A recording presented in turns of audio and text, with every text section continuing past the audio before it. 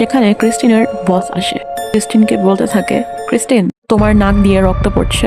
এরপর ক্রিস্টিন দেখে আসলেই ওর নাক দিয়ে রক্ত পড়ছে।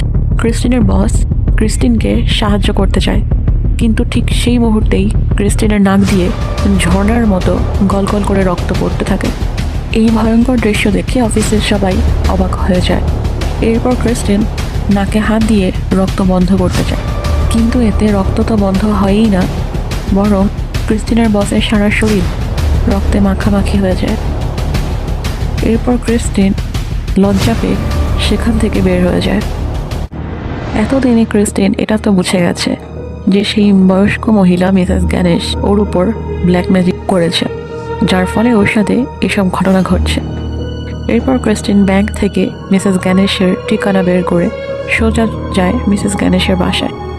দরজা খোলে মিসেস গ্যানেশের নাতনি। নাতনি ক্রিস্টিনকে দেখেই বুঝতে পারে